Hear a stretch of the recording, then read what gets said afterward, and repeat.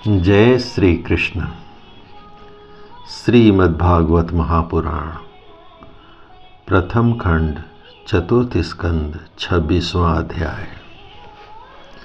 राजा पुरंजन का शिकार खेलने के लिए वन में जाना और रानी का कुपित होना। श्री नारद जी कहते हैं, राजन, एक दिन राजा पुरंजन अपना विशाल धनुष, सोने का कवच और अक्षय तरकस धारण कर अपने 11वें सेनापति के साथ 5 घोड़ों के शीघ्रगामी रथ पर बैठकर पंचप्रस्थ नामक वन में गए। उस रथ में 2 ईसादंड, 2 पहिए, 1 धुरी, 3 ध्वजदंड, 5 डोरियां, 1 लगाम, 1 सारथी, 1 बैठने का स्थान, 2 जुए, 5 आयुध और 7 आवरण थे। वह 5 प्रकार की चालों से चलता था तथा उसका साज बाज सब सुनहरा था।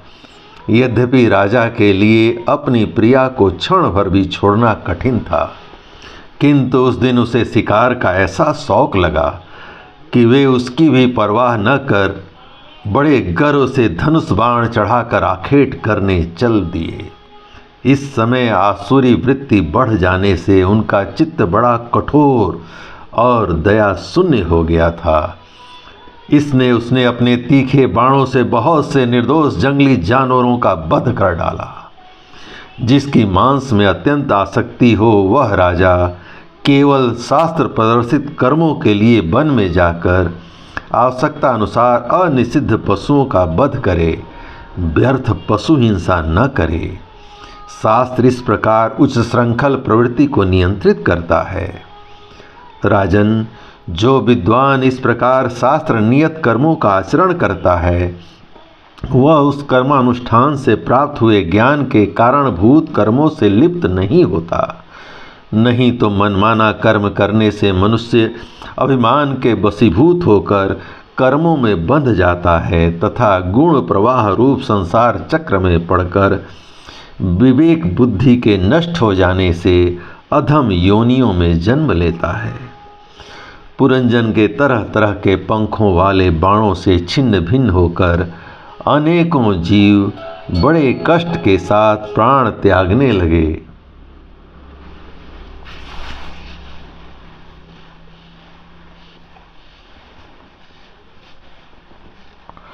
उसका वह निर्दयतापूर्ण जीव संहार देखकर सभी दयालु पुरुष बहुत दुखी हुए। वे इसे सह नहीं सके। इस प्रकार वहाँ खरगोश, सूअर, भैंसे, नीलगाय, कृष्ण मृग, शाही तथा और भी बहुत से मैध्य पशुओं का वध करते करते राजा पुरंजन बहुत थक गए। तब वह भूख प्यास से अत्यंत शिथिल हो वन से लौटकर राजमहल में आए। वहाँ उसने यथा योग्य रीति से स्नान और भोजन किया। कुछ विश्वास करके, कुछ विश्राम करके थकान दूर की। फिर गंध, चंदन और माला आदि से सुसज्जित हो सब अंगों में सुंदर सुंदर आभूषण धारण किए। उसे अपनी प्रिया की याद सताने लगी। वह भोजन आदि से तृप्त, हृदय में आनंदित, मद से उन्मत्त और काम से व्यथित होकर अपनी सुंदरी भार्या को ढूंढने लगा, किंतु वह उसे कहीं भी दिखाई नहीं दी। प्राचीन बहिर तब उसने चित्त में कुछ उदास होकर अंतःपुर की स्त्रियों से पूछा, सुंदरियों, अपनी स्वामिनी के सहित तुम सब पहले की तरह कुशल क्षेम से हो न? क्या कारण है आज इस घर की संपत्ति पहले जैसी सुहावनी नहीं जान पड़ती? घर में माता अथवा पति परायणा भार्या न हो तो वह घर बिना पहिए के रथ के समान हो जाता है।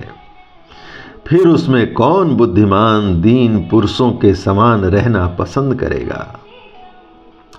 अतः बताओ, वह सुंदरी कहाँ है जो दुख समुद्र में डूबने पर मेरी विवेक बुद्धि को पद पद पर जागृत करके मुझे उस संकट से उबार लेती है? स्त्रियों ने कहा, नरनाथ, हमें नहीं मालूम। आपकी प्रिया ने क्या ठाना है? शत्रु दमन देखिए, वे बिना बिछौने के पृथ्वी पर पड़ी हुई हैं। नारद जी बोले, राजन, उस स्त्री के संग से राजा पुरंजन का विवेक नष्ट हो चुका था, इसलिए अपनी रानी को पृथ्वी पर अस्त व्यस्त अवस्था में पड़ी देखकर वह व्याकुल हो उठे। उसने दुखित हृदय से उस मधुर वचनों द्वारा बहुत कुछ उन्हें समझाया, किंतु उसे अपनी प्रेयसी के अंदर अपने प्रति प्रणय कोप का कोई चिन्ह दिखाई नहीं दिया। वह मनाने में बहुत कुशल थे, इसलिए अब पुरंजन ने उसे धीरे धीरे मनाना आरंभ किया। उसने पहले उसके चरण छुए, फिर गोद में बिठाकर बड़े प्यार से बोले, सुंदरी, वे सेवक तो निश्चय ही बड़े अभागे हैं, जिनके अपराध करने पर स्वामी उन्हें अपना समझकर शिक्षा के लिए उचित दंड नहीं देता। सेवक को दिया हुआ स्वामी का दंड तो उस पर उसका अनुग्रह होता है। जो मूर्ख हैं उन्हीं को क्रोध के कारण अपने हितकारी स्वामी के किए हुए उस उपकार का पता नहीं चलता। सुंदर दंतावली और मनोहर भवों से शोभा पाने वाली मनस्वनी, अब यह क्रोध दूर करो और एक बार मुझे अपना समझकर प्रणय भार तथा लज्जा से झुका हुआ एवं मधुर मुस्कानमयी चितवन से सुशोभित अपना मनोहर मुखड़ा दिखाओ। ओहो, भ्रमर पंक्ति के समान नीली अलकावली, उन्नत नासिका और सुमधुर वाणी के कारण तुम्हारा वह मुखारबिंद कैसा मनमोहक जान पड़ता है। वीर पत्नी, यदि किसी दूसरे ने तुम्हारा कोई अपराध किया हो तो मुझे बताओ। यदि वह अपराधी ब्राह्मण कुल का नहीं है तो मैं उसे अभी दंड दूंगा। मुझे तो भगवान के भक्तों को छोड़कर त्रिलोकी में अथवा उससे बाहर ऐसा कोई नहीं दिखाई देता जो तुम्हारा अपराध करके निर्भय और आनंद पूर्वक रह सके। प्रिय, मैंने आज तक तुम्हारा मुख कभी तिलकहीन, उदास, मुरझाया हुआ, क्रोध के कारण डरावना, कांतिहीन और स्नेह शून्य नहीं देखा, और न कभी तुम्हारे सुंदर स्तनों को ही शोकाश्रुओं से भीगा तथा बिंबा फल सदृश अधरों को स्निग्ध केसर की लाली से रहित देखा है। मैं व्यसन बस तुमसे बिना पूछे शिकार खेलने चला गया, इसलिए अवश्य अपराधी हूँ। फिर भी अपना समझकर तुम मुझ पर प्रसन्न हो जाओ। कामदेव के विषम बाणों से अधीर होकर जो सर्वदा अपने अधीन रहता है, उस अपने प्रिय पति को उचित कार्य के लिए भला कौन कामनी स्वीकार नहीं करती। जय श्री कृष्ण। श्रीमद् भागवत महापुराण प्रथम खंड चतुर्थ स्कंद 26वां अध्याय भगवान श्री कृष्ण की महान कृपा से पूर्ण हुआ। जय श्री कृष्ण।